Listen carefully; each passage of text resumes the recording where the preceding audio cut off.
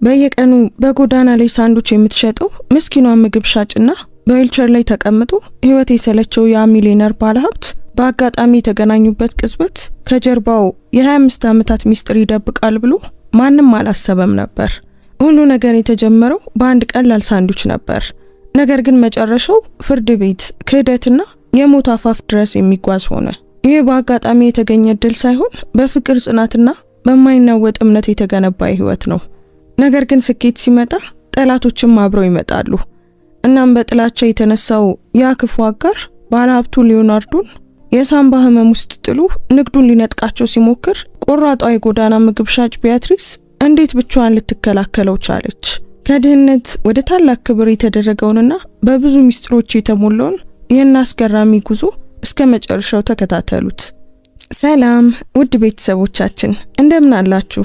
ዛሬም ቀደም ሲል በሰማችሁት ቆንጆ በሆነ አዲስ ታሪክ ተመልሰን መጥተናል።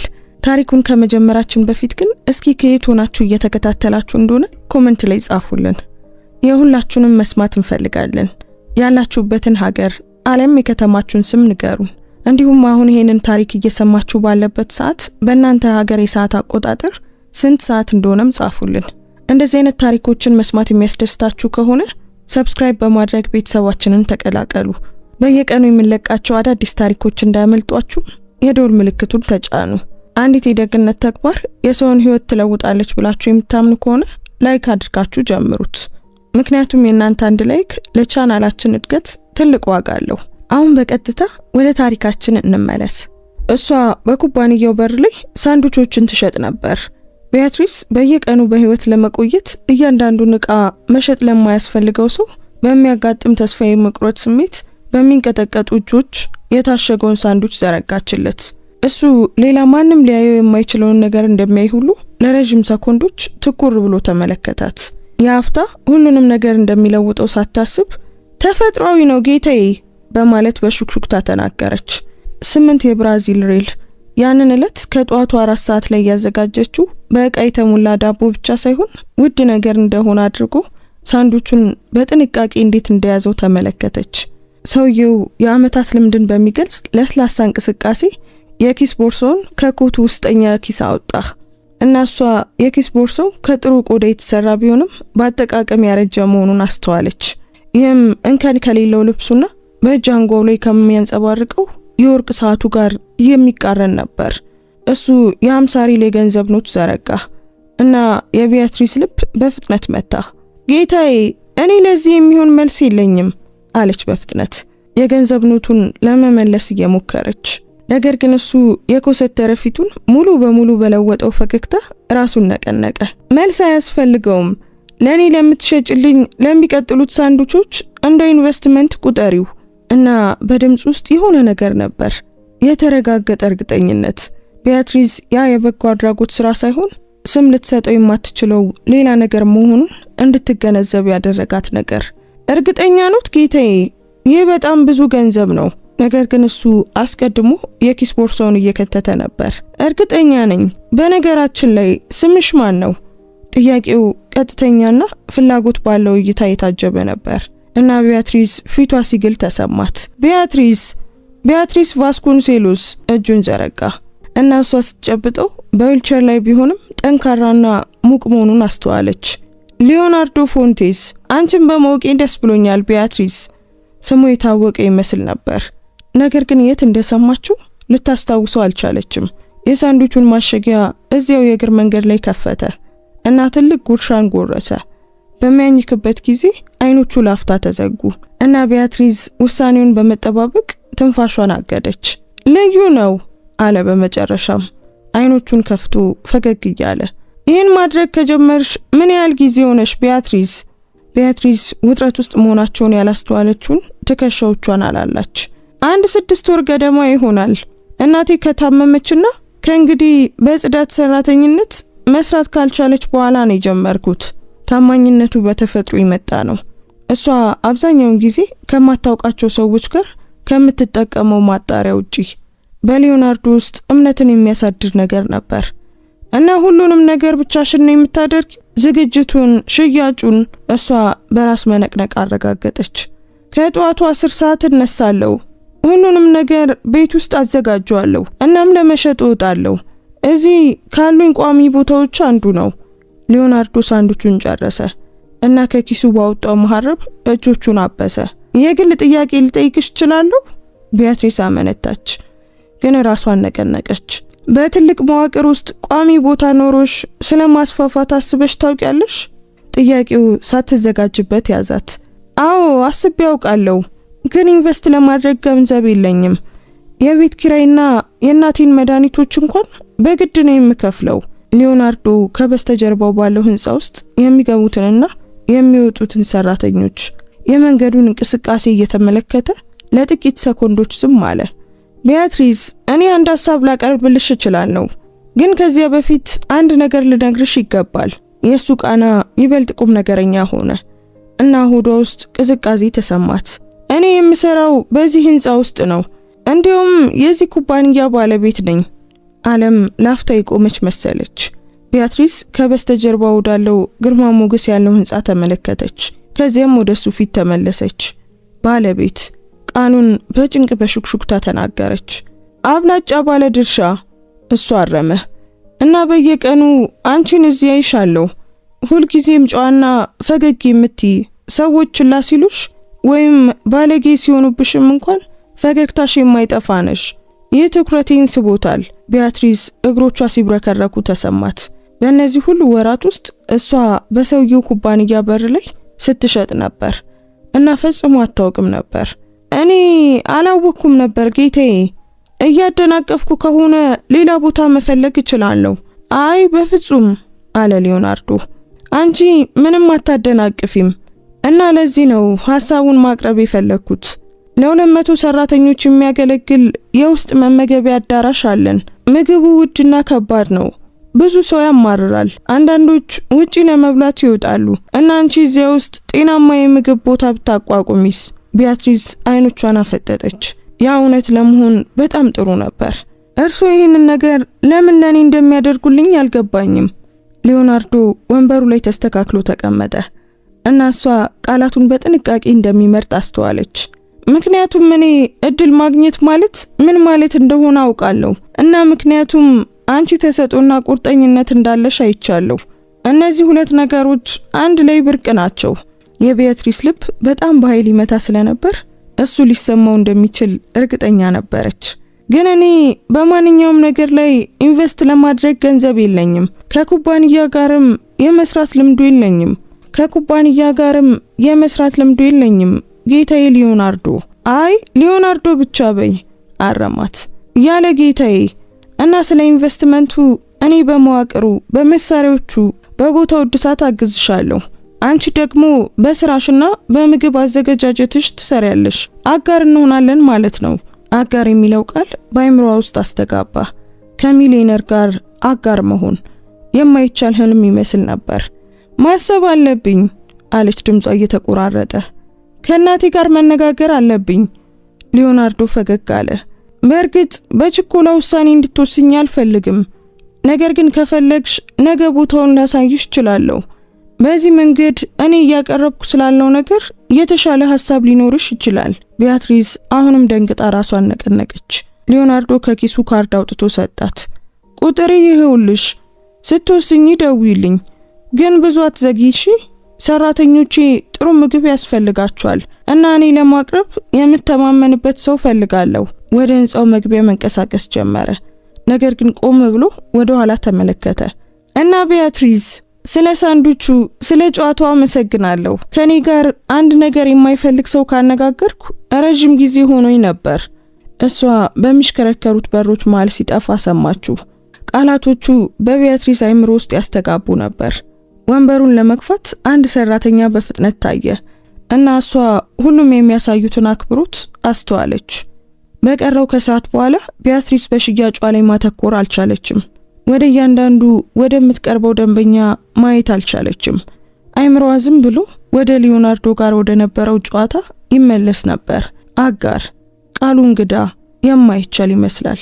እሷ ሁለተኛ ደረጃ ትምህርቷን በጭንቅ የጨረሰች ሴት ከሚሊዮነር ነጋዴ ጋር አጋር ልትሆን ነው። በዚያ ምሽት ወደ ቤት ስትደርስ እናቷ ዶና ክላራን በትንሹ ሳሎን ወንበር ላይ ተቀምጣ በዝቅተኛ ድምፅ ድራማ ስትመለከት አገኘቻት። የ58 ዓመቷ ሴት የልብ ችግሩ ከጠነከረበት ጊዜ ጀምሮ ይበልጥ ያረጀች ትመስል ነበር። ነገር ግን አይኖቿ አሁንም በብልሃት ይንጸባረቁ ነበር። ቀኑ እንዴት ነበር ልጄ? ቢያትሪስ ከእናቷ ጎን ተቀመጠች እና ሁሉንም ነገር ነገረቻት። የእያንዳንዱን የህይወት ዝርዝር ሐሳቡን፣ አሁንም በእጆቿ የያዘችውን ካርድ። ዶና ክላራ በተወሰኑ ጥያቄዎች ዝም ብላ አዳመጠች እና ቢያትሪስ ስትጨርስ ለጥቂት ደቂቃዎች ሳይናገሩ ቀሩ። እናቴ ምን ይመስልሻል? ዶና ክላራ ተነፈሰች። ልጄ እኔ አንቺን ያሳደግኩሽ ብልህና ተጠራጣሪ እንድትሆኚ አድርጌ ነው። ሀብታም ሰው በነፃ ውለታ አያደርግም። ነገር ግን እድል በሩን ሲያንኳኳ እንድታውቂም አድርጌ ያሳድጌሻለሁ። የቢያትሪስን እጅ ያዘች። ይህ ሰው ባንቺ ለመጠቀም ቢፈልግ ኖሮ ይህንን ሁሉ የአጋርነት ታሪክ መፍጠር አያስፈልገውም ነበር። እሱ በቀላሉ እንደ ሰራተኛ ሊቀጥርሽ ይችል ነበር። የእናትየዋ መክንዮ ትርጉም ነበረው። ታዲያ መቀበል አለብኝ እማዬ? እኔ እንደማስበው ያንን ቦታ ሄደሽ ማየት፣ ከሱ ጋር የበለጠ መነጋገር፣ የአጋርነት በትክክል እንዴት እንደሚሆን መረዳት አለብሽ እና ሁሉም ነገር ጥሩ መስሎ ከታየ አለመቀበል ሞኝነት ይመስለኛል። በዚያ ምሽት ቢያትሪስ መተኛት አልቻለችም። ከ16 ዓመት እህቷ ጋር በምትጋራው በትንሹ አልጋ ላይ እየተገላበጠች በዚያ ግርማ ሞገስ ባለው ህንጻ ውስጥ መስራት፣ ሰራተኞች መኖር እና እንደ ነጋዴ ሴት መከበር እንዴት እንደሚሆን አሰበች።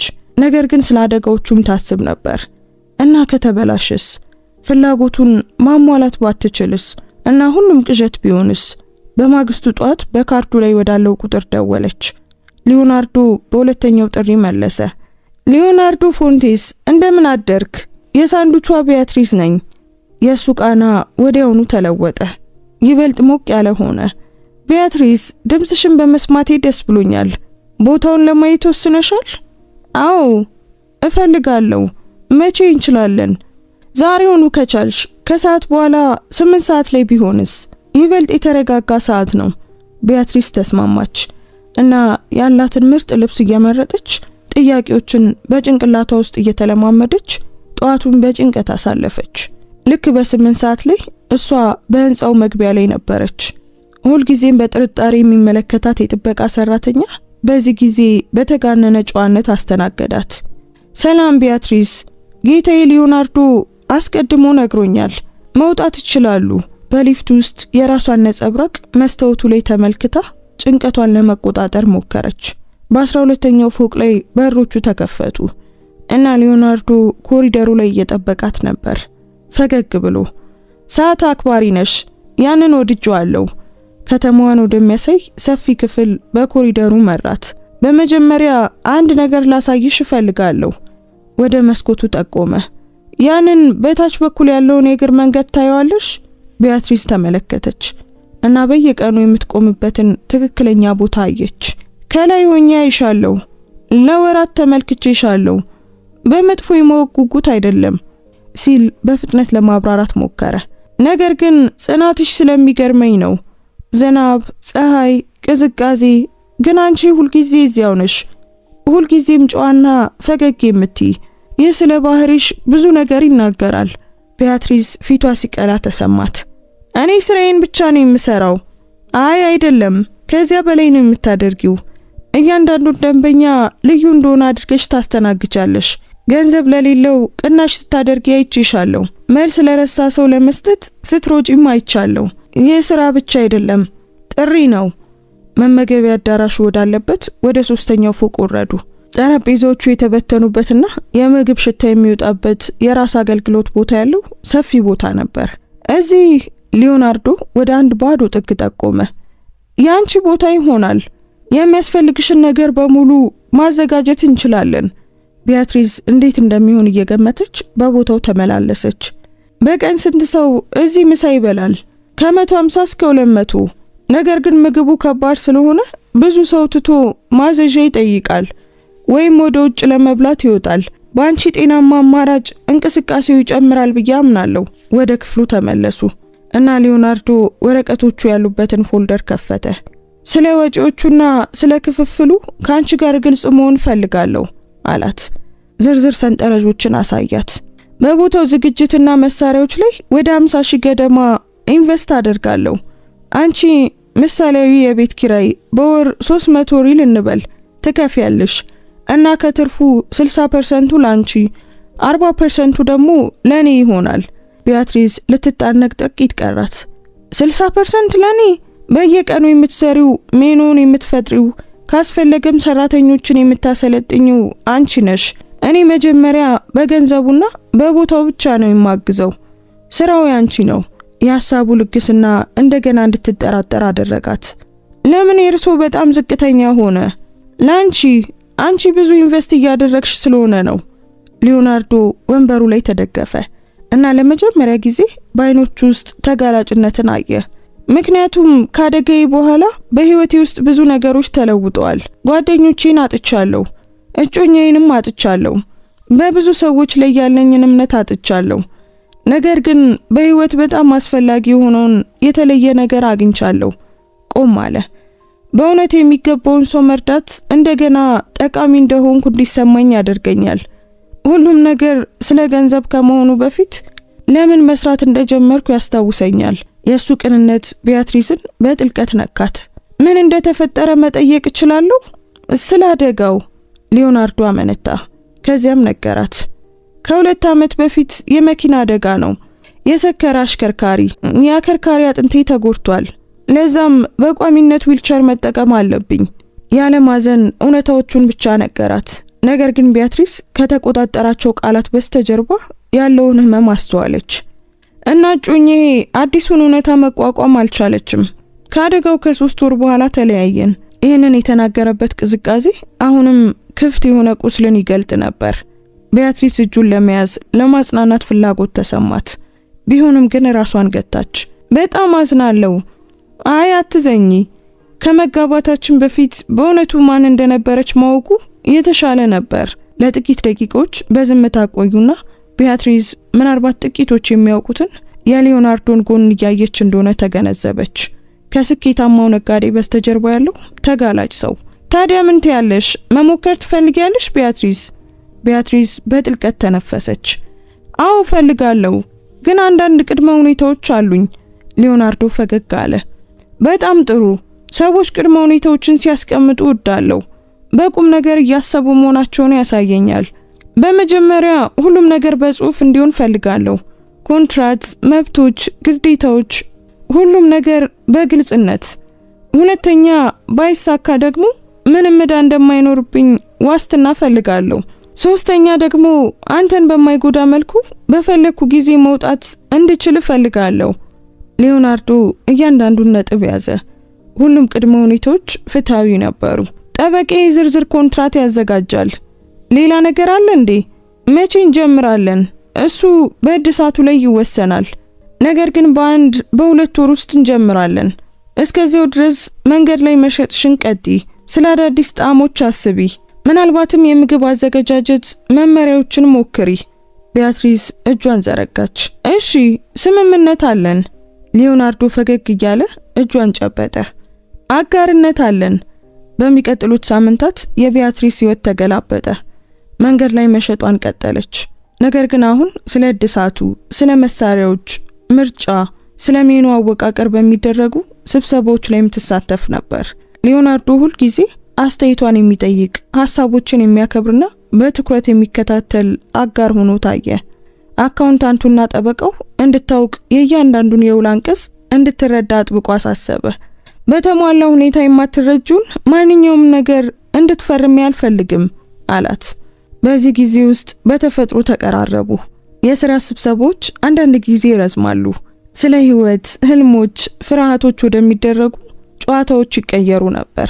ቢያትሪስ ሊዮናርዶ በምህንድስና እንደተመረቀ፣ ኩባንያውን ከባዶ እንደገነባ፣ የህይወት ታሪኮችን ማንበብ እንደሚወድና አስፈሪ ፊልሞችን እንደሚጠላ አወቀች።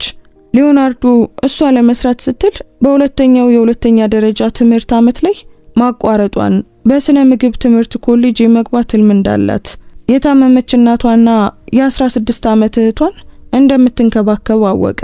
ለምን ወደ ትምህርትሽ አትመለሽም ሲል አንድ ቀን ጠየቃት። ጊዜም ሆነ ገንዘብ የለኝም ስትል መለሰች። እና እኔ በዛ ብረዳሽስ? በምሽት ኮሌጅ አለ የስኮላርሺፕ እድል። ሐሳቡ ነካት። ነገር ግን ራሷን ነቀነቀች። አንድ ነገር በአንድ ጊዜ ሊዮናርዶ፣ መጀመሪያ ይሄንን ንግድ እንዲሳካና አድርገው። እድሳቱ በ6 ሳምንታት ውስጥ ተጠናቀቀ። ቢያትሪስ የተዘጋጀውን ቦታ ስታይ ፈጽሞ ማመን አልቻለችም። ፕሮፌሽናል የቀዘቀዘ ጠረጴዛ፣ ዕቃ ማጠቢያ፣ የተቀናጁ መደርደሪያዎች፣ ሳንድዊችን ለማሞቅ የሚረዳ ትንሽ ምድጃ ጭምር ነበር። ሁሉም ንጹህና ዘመናዊ፣ ተግባራዊ። በጣም ቆንጆ ነው በሹክሹክታ ተናገረች፣ እጇን በጠረጴዛው ላይ እያሳለፈች። ይገባሻል ሊዮናርዶም ተናገረ። አሁን መጀመር ብቻ ነው የሚጠበቅብሽ። የመጀመሪያው ቀን አስፈሪ ነበር። ቢያትሪስ ከጧቱ 12 ሰዓት ላይ ደረሰች። ሁሉንም ነገር 3 ጊዜ አደራጀች። እያንዳንዱን ሳንድዊች፣ እያንዳንዱን ሌብል አረጋገጠች። በአንድ ሰዓት ላይ የመጀመሪያዎቹ ሰራተኞች ለቁርስ ሲደርሱ እሷ በጭንቀት እያላባት ነበር። እንደምን አደራችሁ፣ ትኩስ ተፈጥሯዊ ሳንድዊቾች አሉን ስትል በሚንቀጠቀጥ ድምፅ አወጀች። የመጀመሪያዋ ደንበኛ የ40 ዓመት ገደማ ሴት ነበረች። ከከፈለች በኋላ እዚያው ሞከረችውና ፈገግ አለች። በጣም አሪፍ ነው። ከዚያ ከቡፌው ከባድ ምግብ በጣም ይሻላል። ነገ መለሳለሁ። ያ የመጀመሪያው ማረጋገጫ እንቅፋትን እንደ መስበር ነበር። ሌሎች ሰራተኞች ቀረቡ፣ ሞከሩት፣ እናም አደነቁ። በ2 ሰዓታት ውስጥ የነበራትን ክምችት ግማሹን ሸጣ ነበር። ሊዮናርዶ በጠዋቱ አጋማሽ ላይ ታየ። ተራ ነገር መስሎ ለመታየት እየሞከረ ነበር።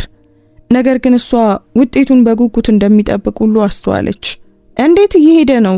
ከጠበቅኩት በላይ እየተሻለ ነው ስትል በፈገግታ መለሰች። ለነገ 3 ማዘዣዎችን አስቀድሜ ተቀብያለሁ። የሱ ፈገግታ ብሩህ ነበር። እኔ እንደሚሳካ አውቅ ነበር። በሚቀጥሉት ሳምንታት ስኬቱ እያደገ ሄደ። ቢያትሪስ በአካባቢው የምታውቃትን ሳንድራ የምትባል አንዲት ወጣት ረዳት መቅጠር ነበረባት። ሜኑን አስፋፋች። ተፈጥሯዊ ጭማቂዎችን፣ ፍራፍሬዎችን፣ ሰላጣዎችንም አካተተች። እንቅስቃሴው ቋሚ ነበር። ምስጋናዎቹም ተደጋጋሚ ነበሩ። እዚህ ውስጥ ታዋቂ ሆነሻል ቢያትሪስ ሲል ሊዮናርዶ አንድ ቀን አስተያየት ሰጣት። ሁሉም ሰው ስላንቺ ሳንድዊች ያወራል። እሷም ሳቀች። አሁን እየተለማመድኩ ነው። አንዳንድ ጊዜ ግን እውነት መሆኑን አላምንም። እውነት ነው። እናም የእያንዳንዱ ቅንጣት ይገባሻል። በመካከላቸው ያለው መቀራረብ በተፈጥሯዊ ሁኔታ ማደጉን ቀጥሏል። ሊዮናርዶ በየቀኑ መመገቢያ አዳራሽ ውስጥ መታየት ጀመረ። ሁልጊዜም በጥጉ ባለው በዚያው ጠረጴዛ ላይ ቢያትሪስ ትንሹ ግዛቷን ስትመራ እየተመለከተ በላፕቶፑ ላይ ይሰራ ነበር። እሷ እረፍት ሲኖራት አብረው ምሳ ይበሉ ነበር። ስለ ንግዱ፣ ነገር ግን ሌሎች ጉዳዮችም ያወሩ ነበር። ቢያትሪስ ሊዮናርዶ ደረቅ ቀልድ እንዳለው፣ ለሰራተኞች በቅንነት እንደሚያስብ፣ አንዳንድ ጊዜ ወደ ባዶ ቤት መመለስ ስለማይወድ እስከ ምሽት ድረስ ቢሮ እንደሚቆይ አወቀች። ቤተሰብ የለህም ስትል አንድ ቀን ጠየቀች። ወላጆቼ ከጥቂት ዓመታት በፊት ሞተዋል። እህትና ወንድም የሉኝም። አንዳንድ የሩቅ ያጎት ልጆች ግን አሉኝ። ቢሆንም አንቀራረብም። የሱ ብቸኝነት ነካት። እና ጓደኞችስ? ሊዮናርዶ ያለ ደስታ ሳቀ። ከአደጋው በኋላ ስንቶቹ ጓደኞቼ በእውነት ለጥቅም እንደነበሩ አወቅኩኝ። እውነተኛዎቹን በአንድ እጅ ጣቶች መቁጠር እችላለሁ። ቢያትሪስ በሷ ውስጥ ጓደኛ እንዳለው ልትነግረው ፈለገች። ነገር ግን ራሷን ገታች። ግንኙነታቸው ውስብስብ እየሆነ መጥቶ ነበር እና እሷ የበለጠ ማወሳሰብ አልፈለገችም። አንድ ቀን ንግዱ ከተመረቀ ከ3 ወራት በኋላ አንድ አሳፋሪ ሁኔታ ተከሰተ። ቢያትሪስ እያገለገለች ሳለ በአጠገቡ ጠረጴዛ ላይ ያለውን ጨዋታ ሰማች። 2 የፋይናንስ ሰራተኞች በዝቅተኛ ነገር ግን በሚሰማ ድምጽ ያወሩ ነበር። እሷ ጥሩ ተሳካላት አይደል? አለቃውን በዊልቸር ላይ ያጠመደችው እና አሁን ሀብታም ሆናለች። አዎ፣ ለሷ አዝናለት መሆን አለበት።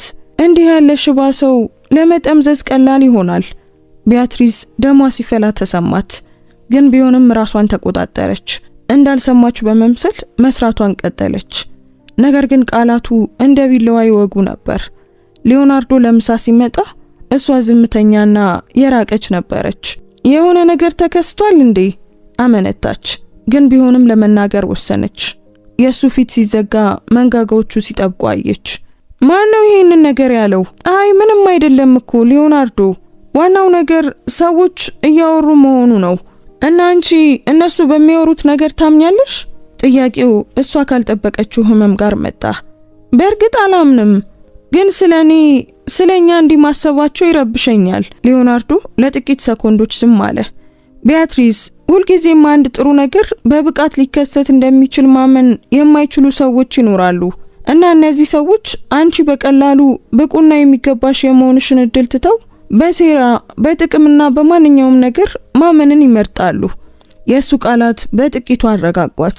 ነገር ግን አለመመቸቱ እንደቀጠለ ነበር። በእኔ ምክንያት እርሶ እንዲጎዱ አልፈልግም። አንቺ እኔን አትጎጂኝም ቢያትሪስ፣ በተቃራኒው ነው።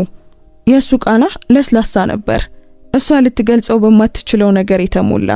አንቺ በእኔ ህይወት ውስጥ ግራጫ ብቻ ለነበሩት ቀናት ቀለም አምጥተሻል።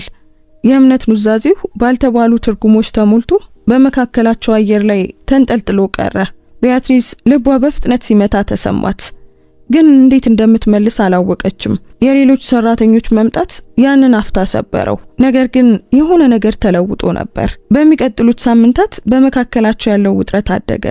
የማይመች ግን አልነበረም። ነገር ግን የኤሌክትሪክ ንዝረት ነበረው። ከሚያስፈልገው በላይ የሚቆዩ እይታዎች፣ ሰነዶችን ሲያስተላልፉ የሚነካኩ እጆች፣ ከሙያዊ ባለፈ የሚረዝሙ ጨዋታዎች። ቢያትሪስ እየወደደችው እንደሆነ አስተዋለች። ነገር ግን ስሜቱን ትታገል ነበር። ሊዮናርዶ አጋሯ በአንድ በኩል አዳኟ ነበር። ንግድን ከስሜት ጋር ማደበላለቅ ሁሉንም ነገር ሊያጠፋ ይችላል። አንድ ምሽት እሷ ቦታውን እያዘጋጀች ሳለ ሊዮናርዶ መጣ። በዚያ ሰዓት እሱን ማየት የተለመደ አልነበረም። ዛሬ ወደ ቤት ላድርስሽ? ሁል ጊዜ እንደምታደርገው ልትቀበለው አልነበረም። ነገር ግን በሱ እይታ ውስጥ ያለ አንድ ነገር እሺ እንድትለው እንድትቀበል አደረጋት። አመሰግናለሁ። የእሱ መኪና በእጅ መቆጣጠሪያዎች የተስተካከለ ነበር እና እሱ በብቃት ይነዳ ነበር። በመንገዱ ላይ ስለ ተራ ጉዳዮች ተወያዩ። ነገር ግን ውጥረት በአየር ላይ ነበር። እሷ በምትኖርበት ቀላል ህንጻ ፊት ለፊት ሲቆሙ ቢያትሪስ ከመውጣቷ በፊት አመነታች። ሊዮናርዶ፣ አንድ ጥያቄ ልጠይቅህ እችላለሁ? ምንድን ነው? በእውነት ግን ለምንድን ነው ይሄንን ሁሉ ለእኔ የምታደርገው? እባክህ እውነቱን ንገረኝ። ሞተሩን አጠፋና ለጥቂት ሰኮንዶች ዝም አለ። ሲናገር ድምፁ ዝቅተኛና ተጋላጭ ነበር። ምክንያቱም በዛ የእግር መንገድ ላይ ደክሞሽ እንኳን በዚያ ፈገግታ ሳንዱቹን ስትሸጪ ስላየውሽ ነው። እኔ አጥቼ የነበረውን ነገር ሁሉ አየው። ተስፋ፣ ምንም እንኳን ችግሮች ቢኖሩም ተስፋ ያልቆረጠ ሰውን አየው። እሷን ትኩር ብሎ ተመለከታት እና ካደጋው በኋላ ለመጀመሪያ ጊዜ አንድ ሰው ወደ እኔ ተመልክቶ ዊልቸር ሳይሆን ሰውን ስላየ ነው። የሱ ቃላት በጥልቀት ነኳት። ሊዮናርዶ፣ እኔ ዊልቸር ላይ እንዳለ ሰው አላየሁም። እንደ ታማኝ ብልህና ለጋስ ሰው ነው የማይህ። ወንበሩ አንድ ዝርዝር ብቻ ነው። ምናልባት ላንቺ እንደዛ ይሆናል። ለአብዛኞቹ ሰዎች ግን መጀመሪያ የሚታያቸው ነገር ነው። ቢያትሪስ መሪው ላይ ያረፈውን እጁን ያዘች። እንደዛ ከሆነ አብዛኞቹ ሰዎች እውር ናቸው ማለት ነው? የእጆቻቸው ንክኪ የኤሌክትሪክ ፍሰትን ፈጠረ። ሊዮናርዶ ጣቶቹን ከሷ ጣቶች ጋር አያያዘ። ቢያትሪስ፣ እኔ አጋርነታችንን ማወሳሰብ አልፈልግም፣ ግን ላንቺ ግልጽ መሆን አለብኝ። ልቧ ፈነዳ። ስለምን? በእውነቱ አንቺ ለኔ ከአጋር በላይ ስለሆንሽበት እውነታ። አንቺ የቀኖቼ በጣም አስፈላጊው ክፍል ሆነሻል። የእምነት ኑዛዜው በመኪናው ዝምታ ውስጥ እንደ ቦምብ ወደቀ። ቢያትሪስ አይኖቿ ሲቃጠሉ ተሰማት። ሊዮናርዶም ቀጠለ። ሁሉንም ነገር ሊያወሳስብ እንደሚችል አውቃለሁ። ምናልባት አንቺ ለኔ ተመሳሳይ ስሜት ላይኖርሽ እንደሚችልም አውቃለሁ። ከባድ ታሪክ ያለኝ በዊልቸር ወንበር ላይ ያለው ሰው መሆኔንም አውቃለሁ። ነገር ግን ንግድ ብቻ እንደሆነ ማስመሰል ከእንግዲህ አልቻልኩም። ቢያትሪስ በሱ አይኖች ውስጥ ያለውን ጥሬ ተጋላጭነት እየተመለከተች ትኩር ብላ አየችው። እኔ ያንን አላየሁም ብለህ ታስባለህ? በሱ ፊት ላይ ያለው መደነቅ እውነተኛ ነበር። ቀጠለች። እና እኔም ተመሳሳይ ስሜት እንደሌለኝ ታስባለህ? ተመሳሳይ ስሜት አለሽ? አዎ አለኝ። እናም በዚህ ደንግጫለሁ። ሊዮናርዶ ፈገግ አለ እና እሷ ካየቻቸው ፈገግታዎች ሁሉ በጣም ቆንጆ ነበር። ለምን ደነገጥሽ? ምክንያቱም ሁሉንም ነገር የማበላሸት ፍርሃት ነው። ንግዱን፣ ጓደኝነታችንን እና የገነባነውን ነገር በሙሉ። ቢያትሪስ፣ የገነባነው በእምነትና በአክብሮት ላይ የተመሰረተ ነው። ይህ አይለወጥም። የእሷን ፊት በጣቶቹ ዳሰሰ። ነገር ግን አንቺ የምትመርጪ ከሆነ ይህ ውይይት መቼም እንዳልተከሰተ ማስመሰል እንችላለን። እሷ ራሷን ነቀነቀች። ማስመሰል አልፈልግም፣ መሞከር ነው የምፈልገው። ይህ ወዴት እንደሚያደርሰን ማየት እፈልጋለሁ። የተከተለው መሳሳም መጀመሪያ ላይ ለስላሳ ከዚያም የበለጠ ጠንካራ ነበር። ሲለያዩ ሁለቱም ትንፋሽ አጥተው ነበር። ታዲያ እየተዋወቅን ነው ሲል በፈገግታ ጠየቀ። እየሞከርን ነው። እሷ እየሳቀች አረመችው። በቀስታ እየሄድን እንዴት እንደሚሆን እናያለን። በሚቀጥሉት ሳምንታት አንድ ልማድ አዳበሩ። ሊዮናርዶ አንዳንድ ምሽቶች ወደ ቤት ይወስዳት ነበር። አብረው ይበሉ ነበር። ለሰዓታት ያወራሉ። እሱ ዶና ክላራንና የቢያትሪዝን እህት አወቀ። እነሱም በፍቅር ተቀበሉት። እሷም የሱን ቤት አወቀች። የተስተካከለ ምቹ የሆነ መኖሪያ። እዚያም በየቀኑ ከምትመጣ ሰራተኛ ጋር ብቻውን ይኖር ነበር። ግንኙነታቸው በጓደኝነትና በሚስጥር አጋርነት ላይ የተመሰረተ ነበር። ሊዮናርዶ በሁሉም ነገር ይደግፋት ነበር። በህልሞቿ ያበረታታታል፣ ገደቦቿንም ያከብራል። ቢያትሪዝ በሚያስፈልግበት ጊዜ እየረዳችው፣ ነገር ግን ፈጽሞ እንደ በሽተኛ ሳታስተናግደው በተፈጥሮ ትንከባከበው ነበር። በጠንካራ መሰረት ላይ የተገነባ የበሰለ ፍቅር ነበር። ንግዱ ማደጉን ቀጠለ። ቢያትሪዝ ወደ ሌሎች የህንጻው ፎቆች አስፋፍታ ነበር። ተጨማሪ ሰራተኞችንም ቀጥራ ነበር። የውስጥ ማድረሻ ስርዓትም ፈጥራለች። በሙያዊና በግል ህይወቷ የተሳካላት ሆና ተሰማት። ነገር ግን እንደያንዳንዱ ታሪክ በአድማስ እንቅፋቶች ነበሩ። የሊዮናርዶ አነስተኛ ባለድርሻ የሆነው አልቤርቶ ሜንዶንሳ ቢያትሪዝ በኩባንያ ውስጥ ባላት እያደገ ባለው ተጽዕኖ ተረብሾ ነበር። እሱ በእሷ ላይ በአንዳንድ ውሳኔዎች ላይ በነበረው ቁጥጥር ላይ ስጋት ያይ ነበር። አንድ ቀን እሱ ቢያትሪዝን በመመገቢያ አዳራሽ ውስጥ ፈለጋት። ከአንቺ ጋር መገናኘት አለብኝ አለ። ቢያትሪዝ እንዲቀመጥ ጋበዘችው። ነገር ግን እሱ እንደቆመ ቀጠለ። ግልጽ ሆናለሁ፣ አንቺ በሊዮናርዶ ሁኔታ እየተጠቀምሽ ነው። ውንጀላው ሳትዘጋጅ ያዛት። እንዴት ማለት? በዊልቸር ላይ ያለ ሰው ብቻውን ፍቅር የሚፈልግ ለመጠምዘዝ ቀላል ነው እና አንቺ በዚህ የሳንዱች ታሪክ መጣሽ እና አሁን የኩባንያውን ውሳኔዎች እየተቆጣጠርሽ ነው። ቢያትሪዝ ቁጣ ሲነሳባት ተሰማት። ግን ቢሆንም ራሷን ገታች። አቶ አልቤርቶ፣ እኔ መቼም ቢሆን በኩባንያው ውሳኔዎች ውስጥ አልገባውም። የኔ ንግድ መመገቢያ አዳራሹ ብቻ ነው። ይህማ አንቺ የምትዩ ነው። ነገር ግን እኔ አንቺ በሊዮናርዶ ላይ ተጽዕኖ እንደምታሳድር ያውቃለሁ። አንቺ ከታየሽ ጀምሮ እሱ ተለውጧል። በጣም ስሜታዊ ሆኗል። ውይይቱ አደገኛ አቅጣጫን እየያዘ ነበር። ይህንን ነገር ሊዮናርዶ ባለበት ብንወያይ ይሻላል ብዬ አስባለሁ። አያስፈልግም። እኔ ብቻ እየተከታተልኩሽ መሆኑን ላስጠነቅቅሽ ነው የመጣሁት። ማንኛውም አጠራጣሪ እንቅስቃሴሽ፣ በማይገባሽ ቦታ ለመግባት የምታደርጊው ማንኛውም ሙከራ እኔ እርምጃ ወስዳለሁ። አልቤርቶ መልስ ሳይጠብቅ ቢያትሪዝን ደንግጣ ትቷት ወጣ። በዚያ ቀን ለሊዮናርዶ ምንም አልነገረችውም። ነገር ግን እያሰበች ነበር። አልቤርቶ እውነት ነበረው? እሷ በእውነት ሳታስተውል በውሳኔዎቹ ላይ ተጽዕኖ እያሳደረች ነበር? ሰዎችስ በእሷ ውስጥ እድል ፈላጊ ሴትን ያዩ ነበር? ማታ በራት ሰዓት ሊዮናርዶ የእሷን ሁኔታ አስተዋለ። ዝም ብለሻል? ምን ነው? የሆነ ነገር ተከስቷል እንዴ? ቢያትሪዝ አመነታች። ነገር ግን ከአልቤርቶ ጋር ስላለው ውይይት ለመንገር ወሰነች። የሊዮናርዶ ፊት ቀስ በቀስ ሲጠቁር አየች። እሱ ይሄንን አለ? ድምፁ ቁጥጥር ያለው ነበር። ነገር ግን የተገተውን ቁጣ አስተዋለች። አለ እና እኔም እንዳስብ ነገረኝ። ምን እንድታስቢ? ሰዎች እውነት ካላቸውና እኔ በእውነት በአንተ እየተጠቀምኩ ከሆነ። ሊዮናርዶ መብላቱን አቆመና ትኩር ብሎ ተመለከታት።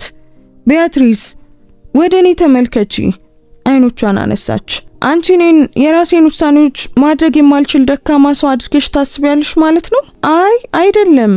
ታዲያ ለምን ይህንን ለሚያጮህ ሰው ጆሮ ትሰጫለሽ? የእሷ መክንዮ የማይካድ ነበር። ነገር ግን ጥርጣሬው ተተክሎ ነበር። አንዳንድ ጊዜ በአንተ ዓለም ውስጥ ቦታ እንደሌለኝ ይሰማኛል። እኔ ሁለተኛ ደረጃ ትምህርቷን በጭንቅ የጨረሰች የድሃ ልጅ ነኝ። አንተ ደግሞ ሚሊዮነር ነጋዴ ነህ። ሰዎች ሁልጊዜ በአንተ ጎን ምን እያደረግኩ እንደሆነ ይጠራጠራሉ። ሊዮናርዶ ጠረጴዛው ላይ እጆቿን ያዘ። ሰዎች ሁልጊዜም በማይረዱት ነገር ላይ ይጠራጠራሉ። ጥያቄው አንቺ እነሱ ስለሚያስቡት ነው የሚገድሽ ወይስ እኛ እውነት መሆኑን ስለምናውቀው? የሱ ጥያቄ ይበልጥ እንድታስብ አደረጋት። እኔ ስላንተ ነው የሚገደኝ፣ በእኔ ምክንያት እንድትሰቃይ አልፈልግም ቢያትሪስ። እኔ በህይወቴ ውስጥ ቀድሞውኑ ብዙ ተሰቃይቻለሁ። ተመልከቺ፣ የመራመድ ችሎታዬን አጥቻለሁ።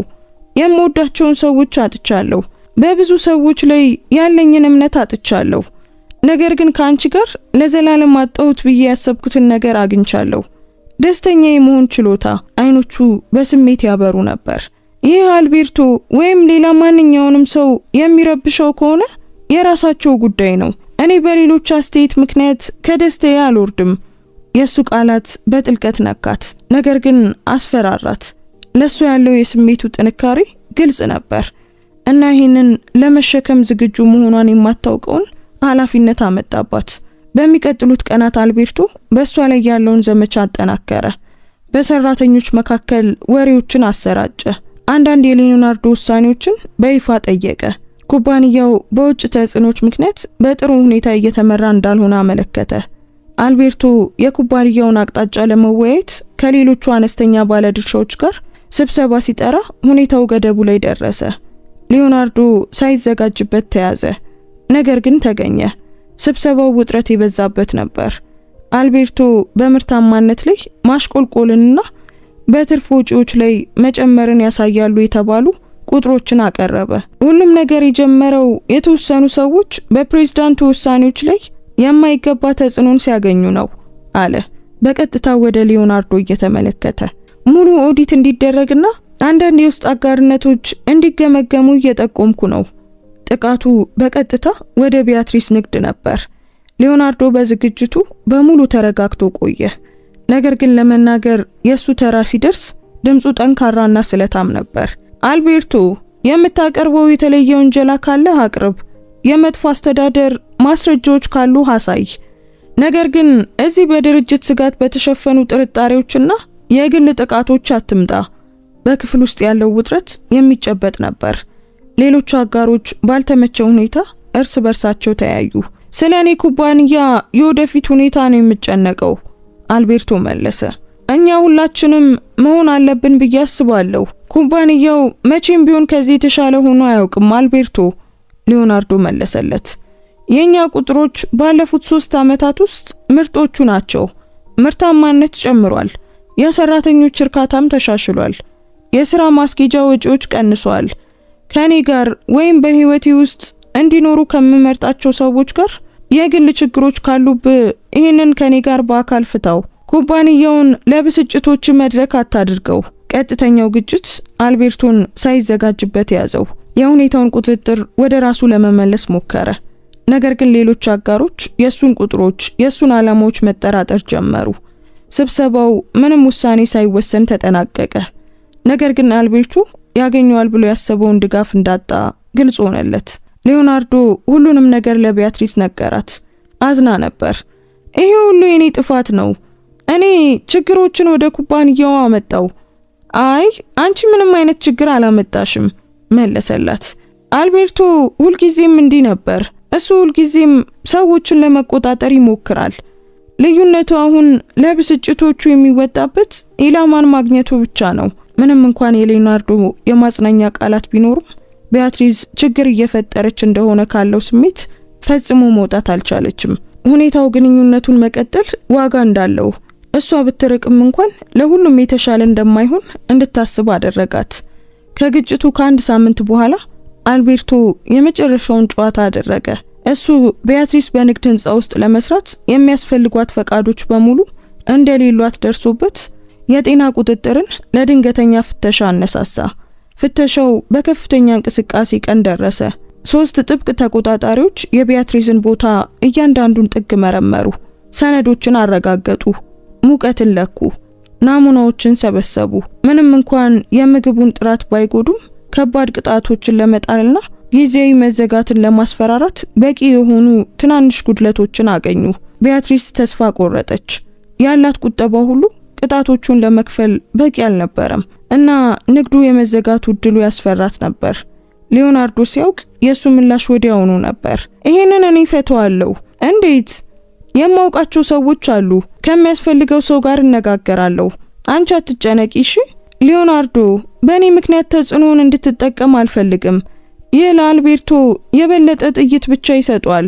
ቢያትሪስ፣ እኔ በግንኙነታችን ምክንያት አንቺ ስትሰደጂ እጄን አጣጥፌ አልቀመጥም። የእሱ ቁርጠኝነት የሚደነቅ ነበር። ነገር ግን እሷ ያ ሁሉንም ነገር ሊያባብስ እንደሚችል ታውቅ ነበር። እባክህን በመጀመሪያ እስኪ እኔ ራሴ እንድፈታው እንድሞክር ፍቀድልኝ። ሊዮናርዶ አመነታ፣ ግን ቢሆንም ተስማማ። እሺ፣ ግን ካልቻልሽ እኔ እርምጃ ወስዳለሁ። ቢያትሪስ በሚቀጥሉት ቀናት መፍትሄዎችን ለመፈለግ ስትሮጥ አሳለፈች። ከጠበቆች ጋር ተነጋገረች። ከተቆጣጣሪዎች ጋር ለመደራደር ሞከረች። ሁሉንም ነገር በፍጥነት ለማስተካከል መንገዶችን ፈለገች። ነገር ግን መስፈርቶቹ ብዙ፣ ጊዜው አጭር ነበር እና እሷ በቂ ሀብት አልነበራትም። ያኔ እናቷ ዶና ክላራ እሷ ያላሰበችውን ነገር ስትጠቁም ነበር። ልጄ፣ ለምን ከሊዮናርዶ እርዳታ አትጠይቂም? እሱ አጋርሽ ነው አይደል እንዴ? አጋሮች እኮ ይረዳዳሉ። እማዬ፣ ግን ቀላል አይደለም። የእሱን እርዳታ ከተቀበልኩ ከእሱ ጋር እየሰራው ያለሁት ለጥቅም ብቻ እንደሆነ ይናገራሉ። እና ቢሉስ? አንቺ እውነቱን ታውቂያለሽ፣ እሱም እውነቱን ያውቃል። የቀረው ጫጫታ ነው። የእናትየው ቀላል ጥበብ እንድታስብ አደረጋት። ምናልባት እሷ ነገሮችን በጣም እያወሳሰበች ኩራቷ በጥሩ አስተሳሰቧ ላይ እንቅፋት እንዲሆን እየፈቀደች ነበር። በዚያ ምሽት ሊዮናርዶን ፈለገችው። እርዳታን እፈልጋለሁ አለች በቀጥታ። ስለ ቅጣቶቹ ነው? እሷ ራሷን በመነቅነቅ አረጋገጠች። ነገር ግን ብድር እንዲሆን እፈልጋለሁ። ሁሉንም እመልሳለሁ። ሊዮናርዶ ፈገግ አለ። ቢያትሪስ፣ እኛ አጋሮች ነን። በንግዱ ማስተካከያ ላይ ኢንቨስት ማድረግ የኔም ግዴታ ነው። ማንም ሌላ ነገር እንዲያስብ አልፈልግም አቋረጣት። ሌሎች ስለሚያስቡት መጨነቅ ይብቃሽ። ይህንን እንፍታውና ወደፊት እንሂድ። በሊዮናርዶ እርዳታ ሁሉም የሚቀሩ ጉዳዮች በአንድ ሳምንት ውስጥ ተፈቱ። ንግዱ ሙሉ በሙሉ ተስተካከለ። ቅጣቶች ተከፈሉ። ፈቃዶችም ተገኙ። አልቤርቶ የሱ ማበላሸት እንደከሸፈ ሲያይ በጣም ተቆጣ። ነገር ግን ሌላ ምንም ማድረግ አልቻለም። ከዚያ ክስተት ጀምሮ በቢያትሪስና በሊዮናርዶ መካከል ያለው ግንኙነት ይበልጥ ጠነከረ። እሷ በሱ ሙሉ በሙሉ መተማመን እንደምትችል፣ እሱ ሁልጊዜም ከጎኗ እንደሚሆን ተገነዘበች። እሷ ማንኛውንም ፈተና ለመጋፈጥ ጠንካራ፣ ነገር ግን በሚያስፈልጋት ጊዜ እርዳታ ለመቀበል በቂ ብልህ መሆኗን ተገነዘበ። ንግዱ ከምን ጊዜውም በላይ አደገ። ቢያትሪስ በሌላ ህንጻ ውስጥ ሁለተኛ ቦታ ከፈተች። ከዚያም ሶስተኛ። ተጨማሪ ሰራተኞችንም ቀጠረች። አዳዲስ ምርቶችን አዘጋጀች። የፍራንቻይዝ ስርዓትንም ዘረጋች። በ2 ዓመት ውስጥ ስኬታማ ነጋዴ መሆን ችላ ነበር። ሊዮናርዶ ቢያትሪስን እንደ መደበኛ ያልሆነ አማካሪ በማድረግ ንግዱን ወደ ሌሎች ዘርፎች አስፋፋ። የሙያ አጋርነታቸው እንደ ግል ግንኙነታቸው ጠንካራ ነበር። አንድ ምሽት በዚያ መንገድ ላይ ከተገናኙ ከ2 ዓመት ተኩል በኋላ ሊዮናርዶ አንድ አስገራሚ ነገር አዘጋጀ። ቢያትሪስን ወደ ኩባንያው ህንጻ ጣሪያ ለራት ወሰዳት።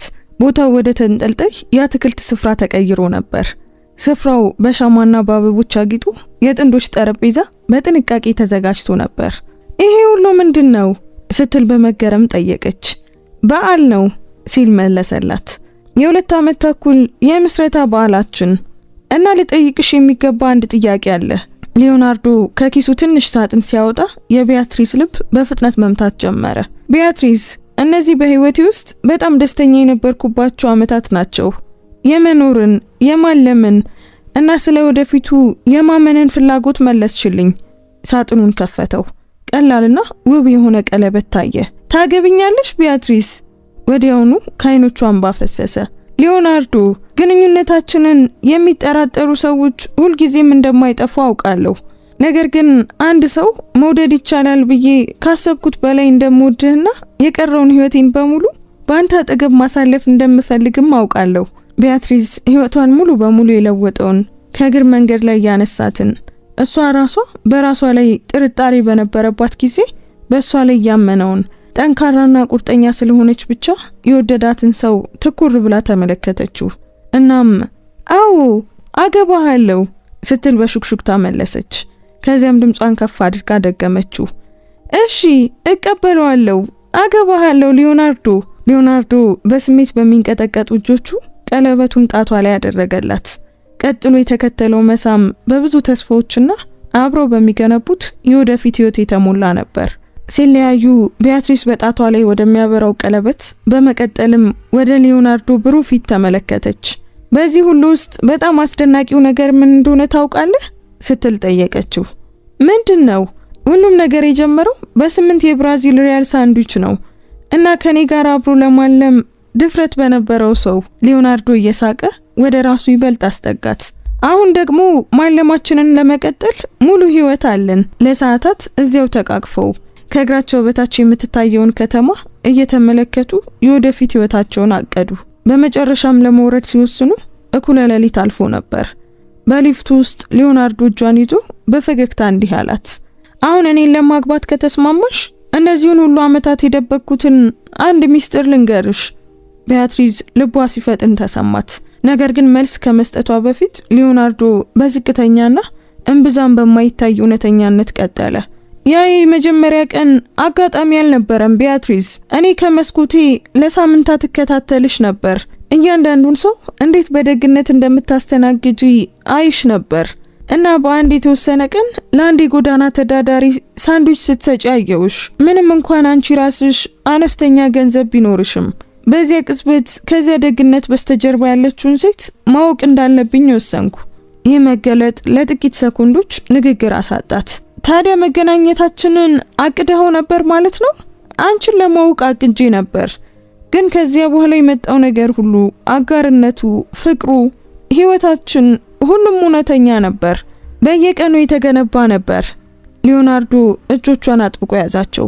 ቀደም ብዬ ስላልነገርኩሽ ይቅርታ።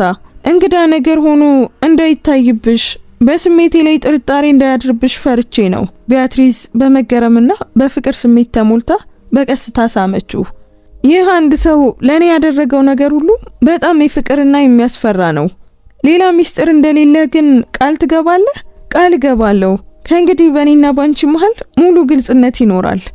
በሚቀጥሉት ወራት የሰርግ ዝግጅት፣ የንግድ ስራ መስፋፋትና የማያቋርጥ ትኩረት ለምትፈልገው ለዶና ክላራ እንክብካቤ ማድረግ በመቻሉ ከባድ የዕለት ተዕለት እንቅስቃሴ ያመጣ። በጠባብ ክበብ ውስጥ የሚደረግ ስነ ስርዓት፣ በመቀጠልም ለሰራተኞችና ለጓደኞች የሚሆን ድግስ ለማድረግ ተስማሙ። የታጩበት ዜና በፍጥነት ተሰራጨ። ይህም ልዩ ልዩ ምላሾችን አስከተለ። ብዙ ሰራተኞች ከልባቸው ተደሰቱ። ነገር ግን የአካባቢው የንግድ ልሂቃን በሹክሹክታና በክፉ አስተያየቶች ምላሽ ሰጡ። ቢያትሪስ አንዳንድ ጊዜ ሳንድዊች ሲንደሬላ፣ ሌላ ጊዜ ደግሞ ብልጥ ዕድል ፈላጊ ተብላ ተገለጸች። ሊዮናርዶ እጮኛውን ከነዚህ አስተያየቶች ይከላከልላት ነበር።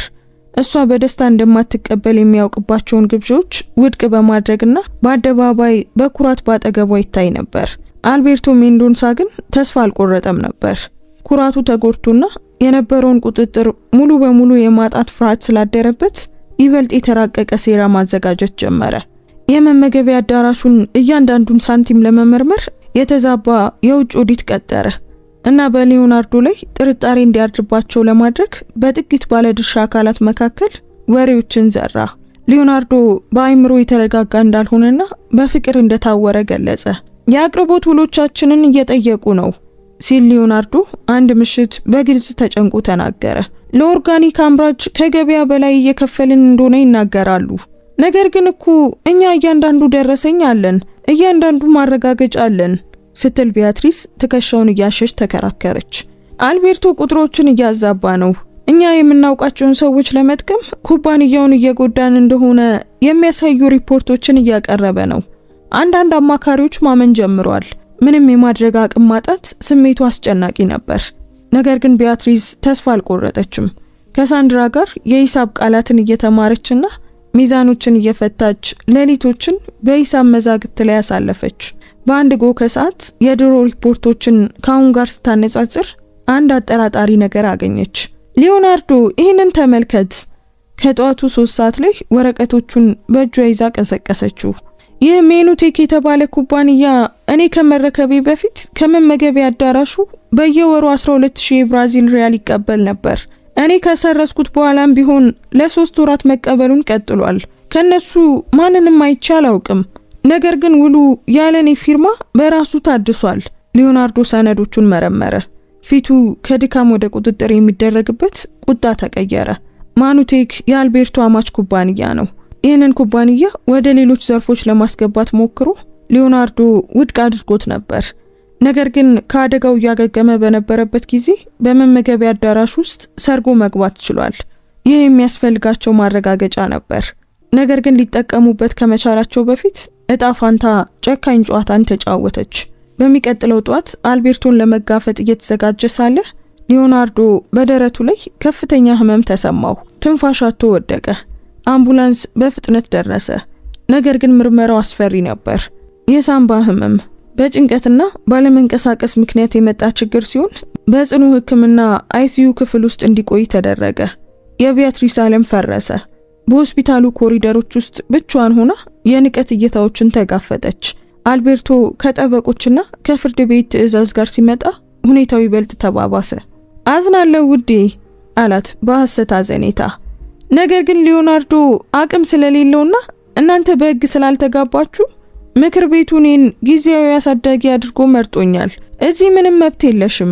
የጉብኝት ጊዜ በቀን 10 ደቂቃ ብቻ ሆኖ በክትትል ስር ይሆናል። ቢያትሪስ ከፍተኛ ቁጣ በውስጧ ሲገነፍል ተሰማት። ከእሱ ልታርቀኝ አትችልም አልቤርቶ። እኔ እጮኛው ነኝ። አብረን ነው የምንኖረው እና ባለኝ ነገር ሁሉ እታገላለሁ። አንቺ እድለኛ ይሁንሽ ሳንዱች ሻጭ ብቻ ነሽ። ወደ ወጥ ቤትሽ ተመለሽና እንዲነቃ ጸልይ።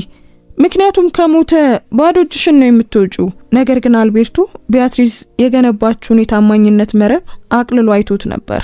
በዚያ ምሽት ሳንድራ የደህንነት ሰራተኛውን፣ የጽዳት ሰራተኛዋንና የኮምፒውተር ባለሙያውን ሰበሰበች።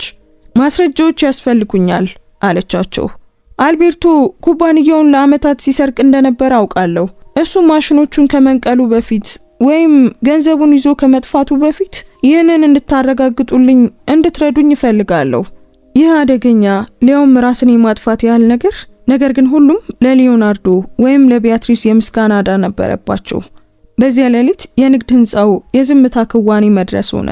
ይህ በእንዲህ እንዳለ ቢያትሪስ የ10 ደቂቃ የዕለት ጉብኝቷን ሊዮናርዶን ለማነጋገር እና የማይንቀሳቀሰውን እጁን ለመያዝ ስለ እቅዱ ለመንገር እንዲታገል ለመጠየቅ ትጠቀምበት ነበር። ዶክተሮች መስማት እንደማይችል ቢናገሩም በጣቶቿ ላይ መጠነኛ ግፊት ይሰማት ነበር።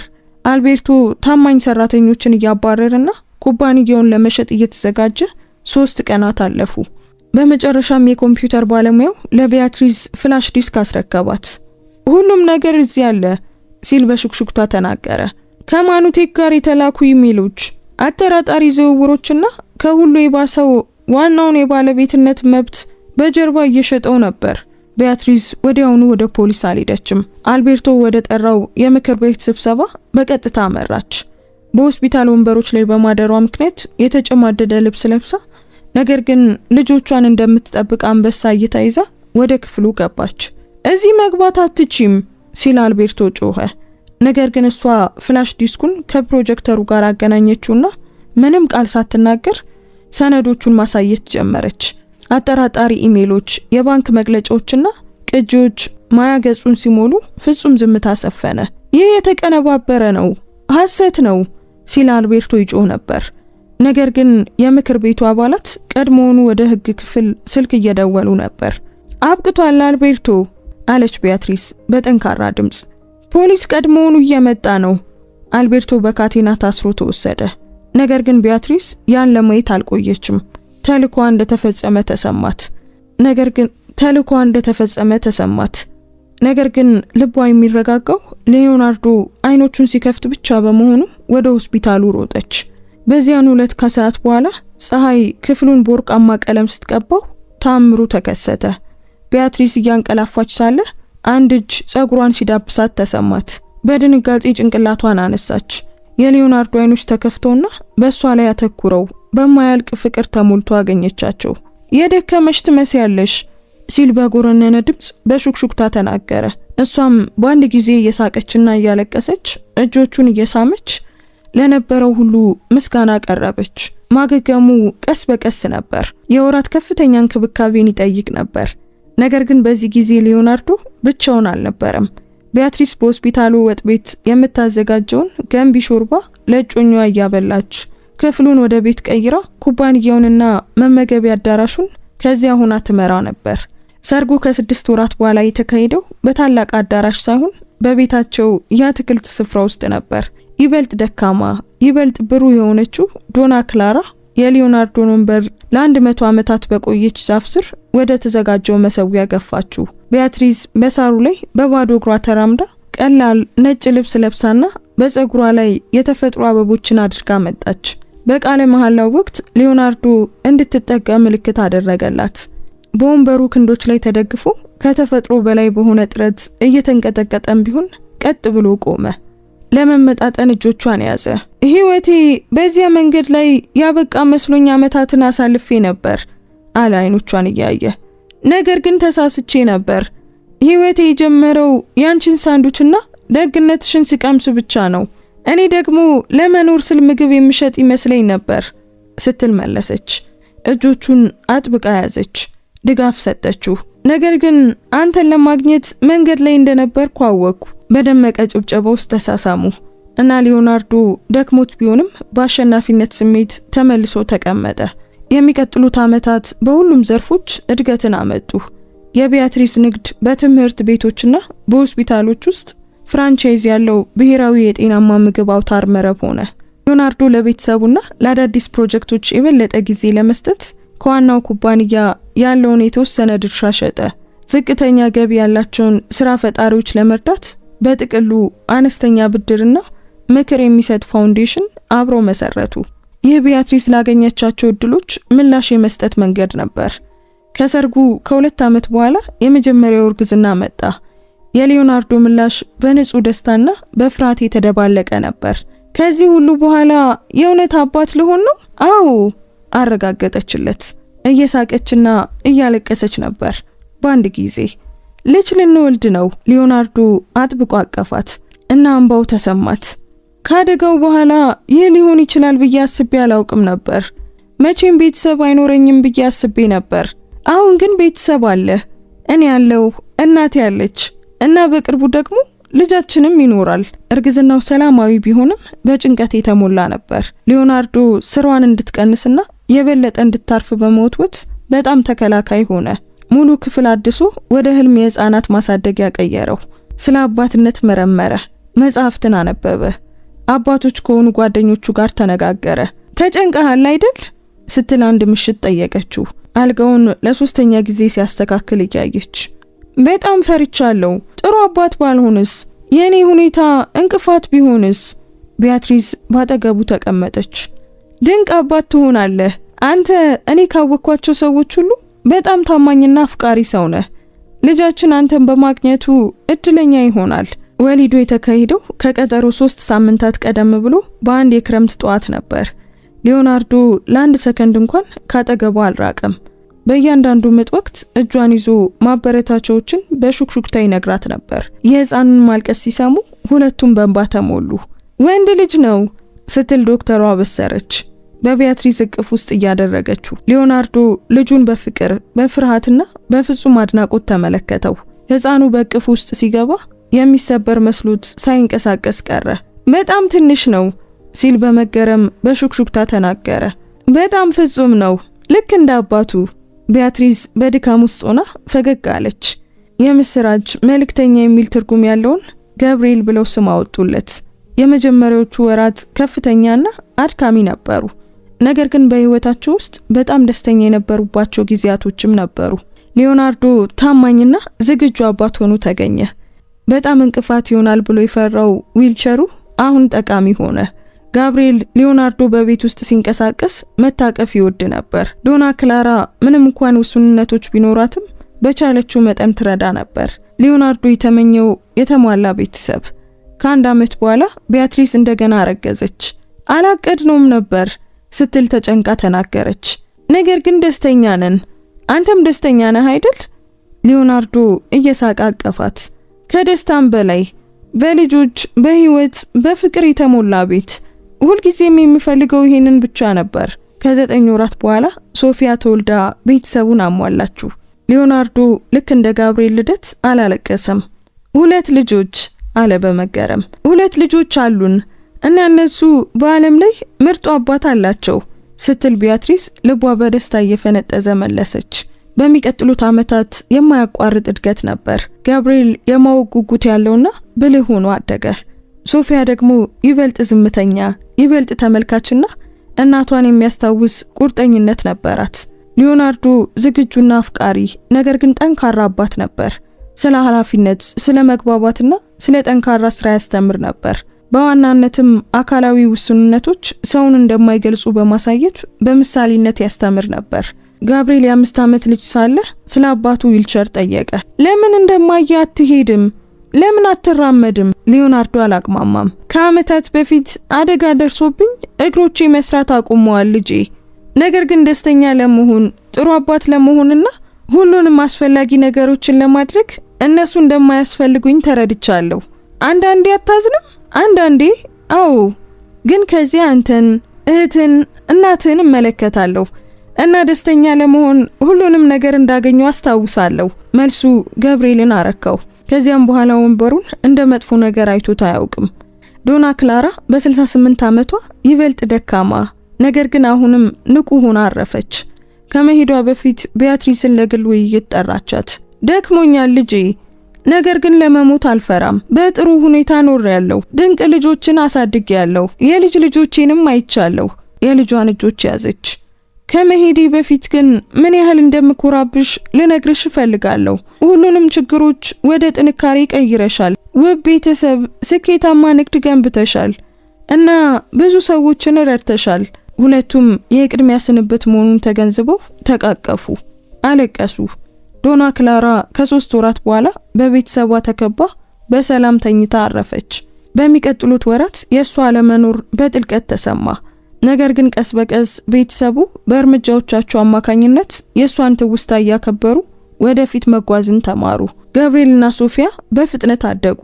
በ10 እና በ8 ዓመታቸው ቀድሞውኑ የተለያየ ስብዕናን ያሳዩ ነበር። ጋብርኤል በቴክኖሎጂ ይማረክ ነበር። ሶፊያ ደግሞ መሳል ትወድ ነበር። ሊዮናርዶ ሁልጊዜ ትምህርት፣ ባህሪንና መግባባትን አጽንኦት በመስጠት ሁለቱንም ያበረታታ ነበር። በተሻሻለው የፋይናንስ ሁኔታ ምክንያት ተበላሽቶ እንዲያድጉ አልፈለገም። ቢያትሪስ በ38 ዓመቷ የተከበረች ነጋዴ፣ ተፈላጊ ተናጋሪና የወጣት ስራ ፈጣሪዎች አማካሪ ነበረች። ታሪኳ በሺዎች የሚቆጠሩ ሰዎችን ያነሳሳ ነበር። ነገር ግን እሷ የመጣችበትን ቦታ መቼም አልረሳችም። የሚገልጻትን ትህትና አላጣችውም። አንድ ቀን ከዚያ መጀመሪያ ግንኙነት ዓመታት በኋላ ቢያትሪስ ወረቀቶችን ስታደራጅ ሊዮናርዶ የሰጣትንና መቼም ያልተጠቀመችበትን የ50 የብራዚል ሪያል ኖት አገኘች። በትውስታነት አስቀምጣው ነበር። በዚያ ምሽት በቤተሰብ ራት ወቅት ኖቱን ለሊዮናርዶ አሳየችው። ይሄንን ታስታውሳለህ? እሱ ፈገግ አለ። ያረጀውን ኖት ተቀበለ። እንዴት ይረሳል? ያደረኩት ምርጡ ኢንቨስትመንት ነበር።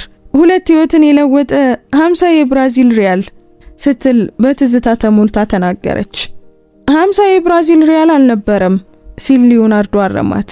ያንን ሳንዱች ለማቅረብ ያደረግሽው ድፍረት፣ አንቺን ለማወቅ የወረድኩበት የኔ ድፍረት ነበር እና የገነባነው እምነት። ገንዘቡ ዝርዝር ብቻ ነበር። ጋብርኤል ሁልጊዜም የማወቅ ጉጉት ስላለው እንዴት ነው የተገናኛችሁት አባዬ? እባክህ ንገረን ሲል ጠየቀ። ሊዮናርዶ ወደ ቢያትሪስ ተመለከተ። ሁለቱም ትውስታውን እያጋሩ ፈገግ አሉ።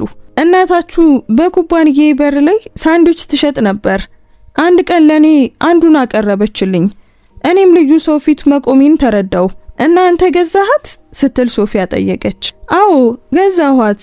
በህይወቴ የበላሁት በጣም ጣፋጭ ሳንዱች ነበር። ከዓመታት በኋላ ጋብርኤል ወደ ኮሌጅ ሊገባ ሲል እና ሶፊያ ለከፍተኛ 2ኛ ደረጃ ትምህርት ስትዘጋጅ ቤተሰቡ አንድ ልዩ ጉዞ አደረገ። ማዘጋጃ ቤቱ የፋውንዴሽኑን ማህበራዊ ስራ እውቅና በመስጠት የመታሰቢያ ሰሌዳ ወደ ገጠመለት። ሁሉም ነገር ወደ ተጀመረበት ወደዚያው የእግረኛ መንገድ ተመለሱ። እዚህ ነበር? ጋብርኤል በፍላጎት ጠየቀ። በትክክል እዚህ ቦታ ነበር፣ ቢያትሪስ አረጋገጠች። የተሻለ ህይወትን እያለምኩ በየቀኑ በዚህ ቦታ ላይ ሳንዱች እሸጥ ነበር። ሶፊያ ግርማ ሞገስ ያለውን ህንጻ ተመለከተች። እና አባዬ ደግሞ እዚህ በ12ኛ ፎቅ ላይ ይሰራ ነበር። ሊዮናርዶ አመለከተ። ከዚያ ሆኜ እናታችሁን በቀጥታ አመለከታት ነበር። በየቀኑ በእሷ ቁርጠኝነት እደነቅ ነበር። ግን እማዬ ሳንዱቹን ባታቀርብልህስ ኖሮ? ጋብርኤል ጠየቀ። ወይም ደግሞ አባባ ባይቀበለውስ ኖሮ አይደል? ቢያትሪስ እና ሊዮናርዶ እርስ በርሳቸው ተያዩ። እንግዲያውስ ምናልባት ከዚህ ውስጥ ምንም ነገር አይከሰትም ነበር ማለት ነው፣ ሊዮናርዶ አመነ። ነገር ግን ተከሰተ። እያንዳንዱ ያደረግነው ምርጫ ይሄው እስከዚህ ድረስ አደረሰን። ያንን ቅጽበት ለመመዝገብ በዚያ ቦታ ላይ የቤተሰብ ፎቶ ተነሱ። ያውንን ጊዜ እያከበሩና የወደፊቱን እየተመለከቱ ያለፈው ታሪካቸውን የሚያከብሩበት መንገድ። በዚያ ምሽት ሊዮናርዶ ቢያትሪስ በወጥ ቤት ውስጥ የተፈጥሮ ሳንዱቾችን ስታዘጋጅ አገኛት። እሷ አሁንም አልፎ አልፎ ለደስታ ሲል ታዋቂ ያደረጋትን የምግብ አዘገጃጀት መመሪያዎች በመጠቀም ታዘጋጅ ነበር። ሳንዱች እየሰራሽ ነው ሲል ፈገግ ብሎ ጠየቃት። አዎ፣ ከብዙ ዓመታት በኋላ አሁንም ያንን ማድረግ ትወዳለች። ከየት እንደመጣች ምን እንዳሳካች ያስታውሳታል። ሊዮናርዶ አንዱን ሳንዱች ወስዶ በላ። አሁንም ከበላዋቸው በላይ ምርጡ ሳንዱች ነው። ውሸትህን ነው። በከዋክብት ደረጃ የተሰጣቸው ብዙ ምግብ ቤቶች በልተሃል እኮ። ግን ምንም ቢሆን ከዚህ ጋር አይወዳደርም። ምክንያቱም ይህ ሌሎቹ የሌላቸው ነገር አለው። ምንድን ነው? ፍቅር አለው፣ ታሪክ አለው። አንቺ ያለሽው። ከ2 ዓመት በኋላ ፋውንዴሽኑ የብሔራዊ ማህበራዊ ስራ ፈጣሪነት ሽልማትን አሸነፈ። በስነ ስርዓቱ ላይ ቢያትሪስ ንግግር እንድታደርግ ተጋበዘች። እየተጨነቀችም ቢሆን በቁርጠኝነት ወደ መድረክ ወጣች። ከ20 ዓመታት በፊት ቤተሰብን ለመደገፍ በጎዳና ላይ ሳንዱች የምሸጥ የደሃ ልጅ ነበርኩ። መደበኛ ትምህርት፣ ሀብት ወይም ግንኙነት አልነበረኝም። የነበረኝ ቁርጠኝነትና የተሻለ ህይወት የመኖር ደብዛዛ ህልም ብቻ ነበር። በትዕይንቱ መካከል ወዳለው ሊዮናርዶ ትኩር ብላ እያየች ላፍታ ቆመች። ከዚያም አንድ ቀን በዊልቸር ላይ ያለ አንድ ሰው ከሳንዱቼ አንዱን ለመግዛት ፈቀደ። በዚያ ቀላል ሳንዱች ህይወቴ ሙሉ በሙሉ ተለወጠ። የንግድ ዕድል ብቻ ሳይሆን የሰጠኝ ከዛ በላይ ማድረግ እንደምችልም ጭምር አሳየኝ። ስሜት ድምጿን ሰበረው። ይህ ሽልማት ለኔ አይደለም፣ በእኔ ላመኑት ሰዎች ሁሉ ነው። ተስፋ እንዳልቆርጥ ላስተማረችኝ ለእናቴ፣ ሁልጊዜም ለደገፈችኝ ለእህቴ እና ሌሎች ተራ የጎዳና ሻጭ አድርገው በሚያዩኝ ጊዜ እምቅ አቅሜን ለተመለከተው ለውድ ባለቤቴ ነው። አዳራሹ በጭብጨባ ተናወጠ። ሊዮናርዶ ባይኖች ውስጥ እንባ አቅርሮ በዚያች በሆነችው አስደናቂ ሴት እየኮራ ያጨበጭብ ነበር። ጋብርኤል ለአካል ጉዳተኞች መፍትሄዎችን ማዘጋጀትን በመፈለግ በረዳት ቴክኖሎጂ ላይ ትኩረት አድርጎ ምህንድስናን ለማጥናት ወሰነ። ሶፊያ ደግሞ ግራፊክ ዲዛይንን መረጠች። ሁለቱም በዓለም ላይ ለውጥ የማምጣት ፍላጎትን ከወላጆቻቸው ወርሰዋል። በዚያ ልዩ ምሽት ከመጀመሪያው ስብሰባ ከ25 ዓመታት በኋላ ሊዮናርዶ ለቢያትሪስ አስገራሚ ነገር አዘጋጀ። ወደዚያው የእግር መንገድ መለሳት። ነገር ግን አሁን ቦታው ተለውጦ ነበር። የማስዋቢያ መብራቶች፣ እሷ ቅርጫቷን ይዛ በቆመችበት ቦታ ላይ በትክክል የተቀመጠ ውብ ጠረጴዛና ለስላሳ ሙዚቃ ይጫወት ነበር። ይሄ ሁሉ ምንድን ነው ስትል በመገረም ጠየቀች። በዓል ነው። ያንን ህይወታችንን የለወጠውን ሳንዱች ከሸጥሽልኝ 25 ዓመታት ሞላ። ሰዎች በጉጉት እያለፉ በዚህ እግረኛ መንገድ ላይ እራት በሉ።